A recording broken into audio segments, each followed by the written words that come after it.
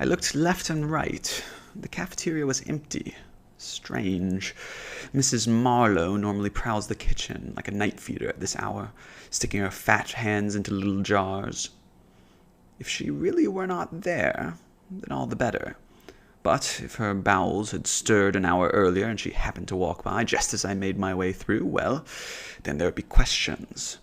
My mind started to drift to the questions that might pop out of her mouth. "Hello, how are you doing, dearie?" "Oh, I normally don't see you here. What are you doing?" "You're trying to escape, aren't you?" I shook myself out of it. "That path leads nowhere," I muttered. I clinched the robe tight around me and made the plunge. Look ahead, don't look around. They'll suspect you if you look suspicious. Look natural. The cafeteria suddenly looked immense.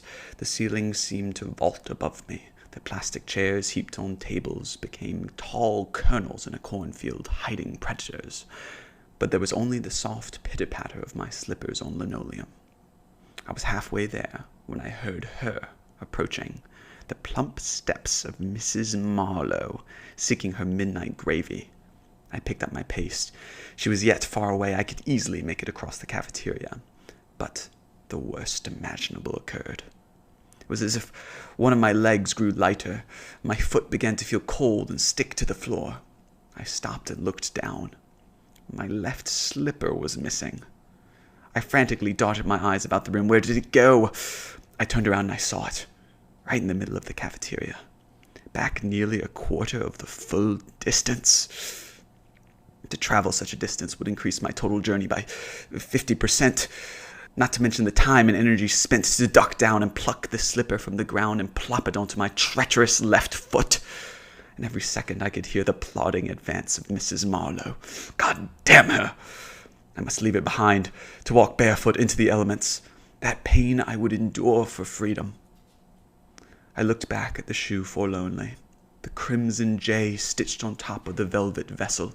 The last time I would ever see it. I moved to leave it behind. I could almost hear her soft flatulence released with each step she took. I had to go. As I turned, my eyes widened. The shoe bore part of my initials, J. Were there others in the building with similar shoes? Well, Jill had pink fuzzy slippers that sent me into sneezing fits whenever she walked by. What about Joe? No, he had moccasins. There were none but I whose slippers exuded such taste and bore the letter J. Mrs. Marlowe would see the trace of my exodus and sound the alarm. If the slippers were to be found, all would be lost. I fixed my eyes upon it and rejoined the journey back. My heart thumped, its pace accelerating. The footsteps of Mrs. Marlowe grew closer. She had made it the way down the stairs. There was barely a minute before she would make it to the cafeteria. But in 10 long strides, I had made it all the way back. I could do it. In one smooth motion, I dipped down to pick up the slipper and stood.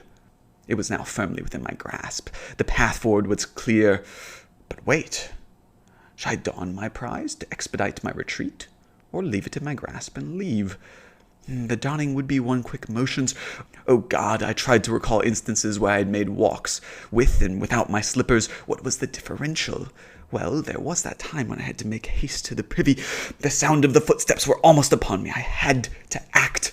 I ducked down to put the slipper on and at the same time made a step towards leaving. My foot came up too high. The slipper missed and flew out of my hand. My raised foot reached back to try to catch it, but the momentum of my step caused me to lose balance. And with a slap, I fell to the floor panting. "Oh, John, are you all right? You're going out for one of your nightly strolls again, no?" I patted the dust off my clothes and mumbled, "Well, first I must find my slipper." She began to scan the room and rushed off in one direction. I guess she is good to have around sometimes. And she came back with my slipper. "I just found it in the corner. You know, Joe just bought some slippers that look just like this."